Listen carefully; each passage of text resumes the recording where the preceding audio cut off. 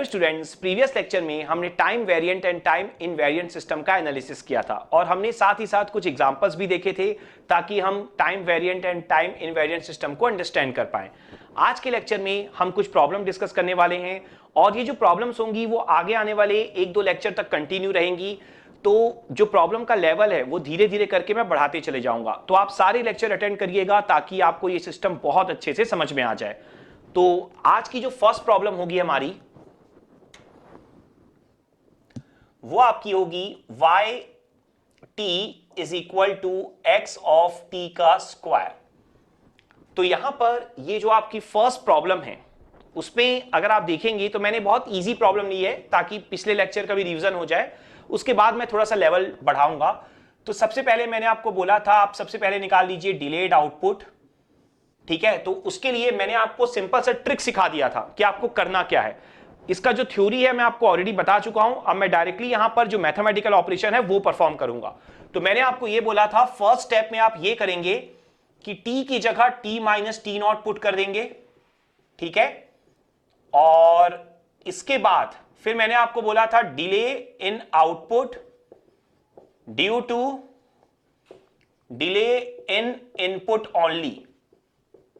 तो यहां पर मैंने आपको क्या बोला था कि इस केस में आपको डिले इन आउटपुट करना है, लेकिन डिले इन इनपुट ओनली मतलब आपको t की जगह t माइनस टी नॉट नहीं करना है। सेकंड केस में मैंने आपको यह बोला था कि जो भी इनपुट दिखाई दे रहा होगा उसमें आपको माइनस टी नॉट बस करना है, जो भी ब्रैकेट में लिखा होगा ना साथ में सिर्फ माइनस टी नॉट लगा देना है, मतलब x of T square minus t not. और सिर्फ ये काम इनपुट में करना है और कोई एक्स्ट्रा कहीं भी कुछ भी हो वहां आपको कोई काम नहीं करना है। तो अब अगर आप देखेंगे दोनों इक्वेशन आपके सेम नहीं है और दोनों इक्वेशन चूंकि सेम नहीं है इसलिए कौन सा सिस्टम होगा आपका, ये सिस्टम हो जाएगा आपका टाइम वेरिएंट सिस्टम, ठीक है। टाइम के साथ यहां पर वेरिएशन हो रहा है और जैसा मैंने बोला इसकी अगर आप थ्योरी जानना चाहते हैं तो आप प्रीवियस लेक्चर को कवर कर लीजिए। तो ये आपकी थी first problem. Now second problem में सपोज करो आपको yt गिवन है d by D T x T. तो यहां पर अगर इस प्रॉब्लम को हम सॉल्व करने के लिए जाएं तो आप बोलोगे बहुत इजी प्रॉब्लम है। आप क्या करोगे, सिंपल डिले आउटपुट करोगे। तो उसमें मैंने आपको क्या सिखाया है y t minus t not. तो मैंने क्या सिखाया है हर एक t की जगह आपको t minus t naught put करना है, ठीक है। उसके बाद आप क्या करोगे, delay in output due to delay in input only, second line. तो उसमें मैंने क्या सिखाया है कि जस्ट आपको जो x दिखाई दे रहा होगा उसमें t माइनस टी नॉट करना है, t जो रहेगा माइनस टी नॉट और करना है, सिर्फ इनपुट को डिले करना है, ठीक है।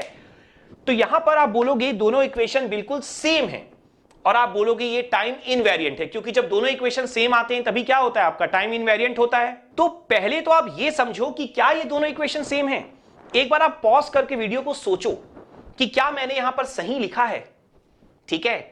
तो यहां पर अगर आप देखो तो पहली लाइन में बार बार रिपीट कर रहा हूं, फर्स्ट लाइन में आपको हर एक t की जगह t minus t naught put करना है। तो ये भी तो t ही है ना, तो आप यहां भी तो t की जगह क्या पुट करोगे, t minus t naught put करोगे। पॉइंट क्लियर है। और ये हम बहुत बार मिस कर जाते हैं, मैंने बहुत स्टूडेंट को देखा है इसको मिस करते हुए, तो इसलिए मैंने यहां पर हाईलाइट किया है, इंटेंशनली मैंने स्टार्ट में नहीं लिया था। अब सेकेंड पॉइंट सुनो। सेकेंड पॉइंट क्या है, जब आप delay in output due to delay in input करते हो, ठीक है, तो उस केस में मैंने क्या बोला, जस्ट x में जो t दिख रहा है उसमें माइनस टी नॉट लगा दो, वही काम हमने कर दिया। तो अब तो सही है। तो अब आप बोलोगे ये दोनों इक्वल नहीं है, तो सिस्टम क्या हो जाएगा, टाइम वेरिएंट हो जाएगा, क्योंकि जब भी दोनों इक्वल नहीं होते हैं सिस्टम क्या हो जाता है, टाइम वेरिएंट। इक्वल होगा तब टाइम इनवेरिएंट होगा। ध्यान रखना टाइम इनवेरिएंट हमारा पॉजिटिव है, हम चाहते हैं टाइम इनवेरिएंट हो, ठीक है ना, इनवेरिएंट। तो यहां पर आपका क्या हो रहा है, टाइम वेरिएंट हो रहा है, नहीं, ये भी रॉन्ग है। मतलब जो पहली बार किए थे वो भी रॉन्ग था क्योंकि हमने t माइनस टी नॉट नहीं लिखा, सेकेंड बार जो बोल रहे हैं वो भी रॉन्ग है। मतलब क्या है इसका, आप बोलोगे ये तो इक्वल नहीं है तो टाइम वेरिएंट क्यों नहीं होगा, क्योंकि अब ध्यान से देखो टी नॉट क्या है, कोई कांस्टेंट है ना। अब ये बताओ मुझे ये d क्या शो करता है, जो d लिखा होता है ना कहीं पर भी न्यूमरेटर या डिनोमिनेटर में, d शो क्या करता है, d शो करता है चेंज इन। जो आप लिखते हो ना dy बाय dx, उसका मतलब क्या होता है थ्योरिकली आप क्या बोलोगे, change in y divided by change in x, ठीक है। तो जब आप इसको ओपन करोगे, यहां पर मैं साइड में अगर आपके ओपन करूं तो dt माइनस dt नॉट, इसे आप लिखते हैं नीचे, तो ये शो करेगा change in t minus change in t not. देखिए t तो कोई वेरिएबल है, टाइम है वो, लेकिन t नॉट हम बार बार क्या बोल के चल रहे हैं, कोई कांस्टेंट वैल्यू है। तो चेंज इन t तो इट्स ओके, लेकिन change in t not, constant में कभी कोई चेंज होता है क्या? चेंज इन t नॉट कितना हो जाएगा, 0। तो इसका मतलब ये आंसर वापस से आपका क्या बनेगा, d by D T x T minus t not. तो इसका मतलब क्या होगा, ये दोनों आपके सेम ही होंगे और ये सिस्टम क्या निकलेगा आपका, टाइम इनवेरिएंट सिस्टम। इसका एक और मतलब है कि जो बेचारा बिल्कुल सही किया होता, शायद वो इस क्वेश्चन को गलत कर जाता, और जिसने गलती की होती वो शायद सही कर जाता। मतलब जो यहां पर टी नॉट लिखना भूल गया होता वो यहां पर सही कर जाता, ठीक है, लेकिन जिसने यहां टी नॉट प्रॉपर लिखा होगा वो अगर और आगे ध्यान नहीं देगा तो शायद वो गलत कर जाए। तो कई बार ऐसे क्वेश्चन भी होते हैं, इस पॉइंट को आप जरूर ध्यान रखना। क्लियर हो गया? Now next problem, problem number 3। तो प्रॉब्लम नंबर 3 में अब सपोज करो आपको कुछ इस तरीके से दिया हुआ है, yt इज इक्वल टू -6 से +6 xt dt, ठीक है। तो यहां पर फिर से हमें चेक करना है कि ये टाइम वेरिएंट सिस्टम है कि टाइम इनवेरिएंट सिस्टम है। तो अब ध्यान से देखो, आप पहले क्या करोगे, yt माइनस टी नॉट, मतलब आप निकालोगे डिलेड आउटपुट। तो मैंने क्या सिखाया है, बस आपको क्या करना है, हर एक t की जगह t minus t naught put कर देना है। अब आप गलती नहीं करोगे, अब आप t minus t naught put करोगे और dt नॉट को 0 भी करोगे, मतलब ये dt ही रहेगा आपका, ठीक है। फिर आप क्या करोगे, delay in output due to delay in input only, ठीक है, ये पॉइंट करोगे। तो अब क्या निकलेगा आपका, t minus t naught is equal to क्या निकलेगा, -6 से +6 x of t minus t naught dt। तो अब आप क्या करोगे, इनपुट में बस t के बाद माइनस टी नॉट लगा दोगे, और यहां पर भी आपको पता है dt minus dt not dt ही होता है। क्लियर? सो यहां पर अब आप बोलोगे कि दोनों इक्वल हैं और ये हो जाएगा टाइम इनवेरिएंट, जो पिछली बार भी था आपका डिफरेंशिएटर जो था वो टाइम इनवेरिएंट प्रूफ किया है हम लोगों ने। तो क्या ये टाइम इनवेरिएंट सही है? तो ये भी रॉन्ग है। अभी क्यों रॉन्ग है, सोचो अब क्या गलती कर रहे हैं हम लोग, क्योंकि इस बार तो हमने इसको सही किया है, dt माइनस dt नॉट लिखा भी है और dt नॉट 0 ये पता भी है। तो पहले केस में क्या करना है आपको, हर एक t की जगह t minus t naught put करना है। दूसरे केस में क्या करना है, सिर्फ x में t के साथ माइनस टी नॉट लगाना है। तो सही तो है, प्रॉब्लम क्या है, तो ध्यान से देखो, ये जो लिमिट होती है वो किसकी होती है, वो t की ही होती है ना। ये जो -6 +6 लिखे हो आप नॉर्मली लिख देते हो बस, लेकिन एक्चुअल में है क्या, ये एक्चुअल में है t इक्वल टू -6 और t इक्वल टू 6। तो यहां पर कौन पुट करेगा t की जगह t माइनस टी नॉट, पहले लाइन में। दूसरे लाइन में तो आपको नहीं पुट करना होता, दूसरे लाइन में तो सिर्फ इनपुट में माइनस टी नॉट करना होता है, लेकिन पहली लाइन में तो जितने भी t दिखाई दे रहे हो हर एक t की जगह t minus t naught put करना है ना। तो यहां पर आप पुट करोगे t minus t naught equal to 6 और नीचे होगा t minus t naught equal to -6। तो ये जो लिमिट है वो t की लिमिट क्या बन जाएगी, अब ये बन जाएगी t नॉट प्लस 6, और ये वाली लोअर लिमिट क्या बन जाएगी, t की लिमिट ये बन जाएगी आपकी t नॉट -6। क्लियर हो गया? तो इसका मतलब क्या है, लिमिट्स में भी चेंज आएगा। इसका मतलब ये है कि ये दोनों इक्वेशन आपके सेम नहीं है, मतलब जो आपका गिवन सिस्टम है वो कौन सा सिस्टम है, टाइम वेरिएंट।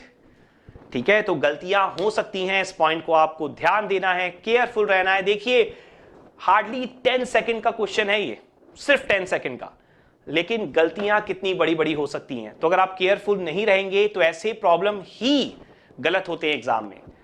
एक और यहां पर आप देखिए ध्यान से, अगर मैं इसी से रिलेटेड एक और प्रॉब्लम लूं, प्रॉब्लम नंबर 4, और यहां पर अगर मैं yt इक्वल टू लिखूं -∞ से +∞ xt dt, तो अब आप क्या बोलोगे बताओ, अब ये सिस्टम क्या होगा? आप बोलोगे इंटीग्रेटर तो ऑलरेडी कर चुके हैं, दोबारा क्यों ले रहा हूं?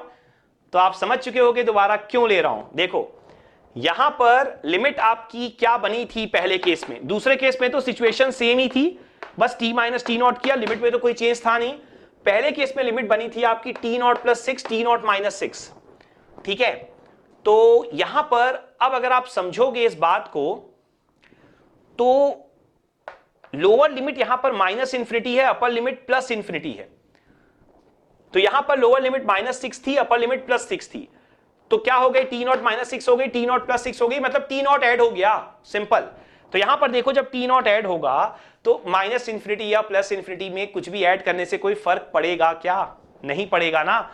इसका मतलब यहां पर जो आपके ये दोनों इक्वेशन हैं ये सेम क्यों नहीं हो पाए थे? Because of limit. बाकी सब चीजें तो सेम ही थी, तो यहां पर आपका लिमिट पे कोई फर्क पड़ेगा नहीं। दोनों ही केस में लिमिट क्या होगी, माइनस इनफाइनाइट से प्लस इनफाइनाइट। दैट मींस ये जो सिस्टम होगा आपका ये होगा टाइम इनवेरिएंट। पॉइंट क्लियर हो गया? तो देख सकते हो इंटीग्रेटर कोई जरूरी नहीं कि हमेशा टाइम वेरिएंट हो, ये टाइम इनवेरिएंट भी हो सकता है। क्लियर हो गया? नाउ आज के क्लास की लास्ट प्रॉब्लम जो कि डिस्क्रीट टाइम पर बेस्ड होगी, काफी इंपॉर्टेंट प्रॉब्लम है, इसे भी ध्यान से देखिए। सो फिफ्थ प्रॉब्लम, तो यहां पर आपको yn जो है वो गिवन है xn into zn plus zn-1। और यहां पर आपको जो प्रॉब्लम्स गिवन है, फर्स्ट प्रॉब्लम जो आपको गिवन है वो यहां पर गिवन है zn is equal to n है फॉर ऑल n। और सेकेंड प्रॉब्लम जो आपको गिवन है वो गिवन है zn is equal to 1 plus -1 की पावर n है फॉर ऑल n। ठीक है, तो यहां पर अब आप थोड़ा ध्यान से समझना, मतलब क्वेश्चन है क्या। क्वेश्चन यहां पर यह है कि आपको yn और xn में रिलेशनशिप गिवन है, ठीक है, ये रिलेशनशिप आपको यहां पर पता है। और अब आपको यहां पर यह बताना है कि जो गिवन सिस्टम है वो टाइम वेरिएंट है कि टाइम इनवेरिएंट है। तो बेसिकली आपके पास टोटल 2 प्रॉब्लम्स हैं, ठीक है। तो आपके पास अगर 2 प्रॉब्लम्स हैं यहां पर, तो पहली प्रॉब्लम क्या है कि पहली प्रॉब्लम में आपको zn की वैल्यू n पुट करनी है, दूसरी प्रॉब्लम में zn की वैल्यू 1 प्लस -1 की पावर n पुट करनी है। इनपुट अभी भी xn है, आउटपुट अभी भी yn है, ये पॉइंट ध्यान रखिएगा। तो अगर यहां पर मैं फर्स्ट प्रॉब्लम डिस्कस करने के लिए जाऊं तो आप देखिए zn इक्वल टू n दिया है, ठीक है, zn की वैल्यू n है, तो zn-1 की वैल्यू क्या होगी? सोचिए, zn n है तो zn-1 क्या होगा? n-1 होगा ना, मतलब zn तो अगर n की जगह n-1 पुट करोगे तो यहां भी क्या आ जाएगा, n-1 हो जाएगा। तो आप देखो यहां पर क्या आएगा, yn is equal to xn, bracket में आ जाएगा n प्लस n-1, ठीक है ना। zn की वैल्यू n तो zn-1 की वैल्यू n-1, तो yn की वैल्यू क्या हो जाएगी, 2n-1 इंटू xn। अब इतनी प्रॉब्लम हम प्रैक्टिस कर चुके हैं वेरिएंट और इनवेरिएंट पे कि आपको क्लियर होगा ये टाइम वेरिएंट है, लेकिन मैं फिर भी शॉर्ट में आपको बता देता हूं। डिलेड आउटपुट पहले निकालोगे तो क्या करना है, हर एक n की जगह n-n0, तो इस तरीके से आपका सिनारियो क्रिएट हो जाएगा। नाउ नेक्स्ट केस पे क्या करना है, delay in output due to delay in input only. तो इस केस पे क्या करना है आपको, yn-n0 इज इक्वल टू कितना हो जाएगा, 2n-1 इंटू xn-n0, ठीक है। तो पहले केस में आपने क्या किया था, हर एक n की जगह n-n0 पुट किया। सेकेंड केस में आपने क्या किया, जस्ट इनपुट जो था xn था वहां पर n-n0 लिखा, ठीक है। तो आप देख सकते हैं दोनों आपके बिल्कुल इक्वल नहीं है, तो ये सिस्टम आपका कौन सा सिस्टम हो जाएगा, टाइम वेरिएंट सिस्टम हो जाएगा। क्लियर है पॉइंट? अब आप देखिए सेकंड क्वेश्चन। जब आप सेकंड क्वेश्चन करने के लिए जाएंगे ना, तो zn है 1 प्लस -1 की पावर n। तो सबसे पहले आपको ये इक्वेशन सॉल्व करना पड़ेगा और yn और xn में रिलेशनशिप निकालना पड़ेगा। तो अगर मैं इक्वेशन को सॉल्व करने के लिए जाऊं तो आप ध्यान से देखिएगा, yn इज इक्वल टू, देखिए xn जो कि पहले से है, उसके बाद क्या है zn की वैल्यू क्या है, 1 प्लस -1 की पावर n, फिर क्या है ध्यान से देखिए zn-1। देखिए अगर आपको zn पता है ना, तो n-1 कैसे निकालेंगे? जस्ट n की जगह n-1 कर दीजिए। मतलब लेफ्ट साइड में जब n की जगह n-1 करेंगे तो राइट साइड में भी n की जगह n-1 करना होगा। तो zn-1 की वैल्यू क्या हो जाएगी? +1 प्लस -1 की पावर n-1। पॉइंट अच्छे से क्लियर है यहां तक? अब आप समझिए xn, और देखिए यहां पर क्या हो जाएगा, 1 + 1 कितना होगा? 2 -1 की पावर n। देखिए इसे क्या लिख सकते हैं? -1 की पावर n डिवाइडेड बाय -1 लिख सकते हैं क्या इसको? क्लियर है अच्छे से? -1 की पावर n-1, ठीक है ना? तो यहां पर आप देखिए माइनस साइन जो नीचे दिखाई दे रहा है उसके कारण ये प्लस किस पे चेंज हो जाएगा? माइनस में। तो ये भी क्या बन जाएगा? माइनस ऑफ -1 की पावर n, और ये क्या है? प्लस -1 की पावर n। तो दोनों टर्म आपकी क्या हो जाएंगे? कैंसल। तो yn की वैल्यू आपकी कितनी मिलेगी? 2xn।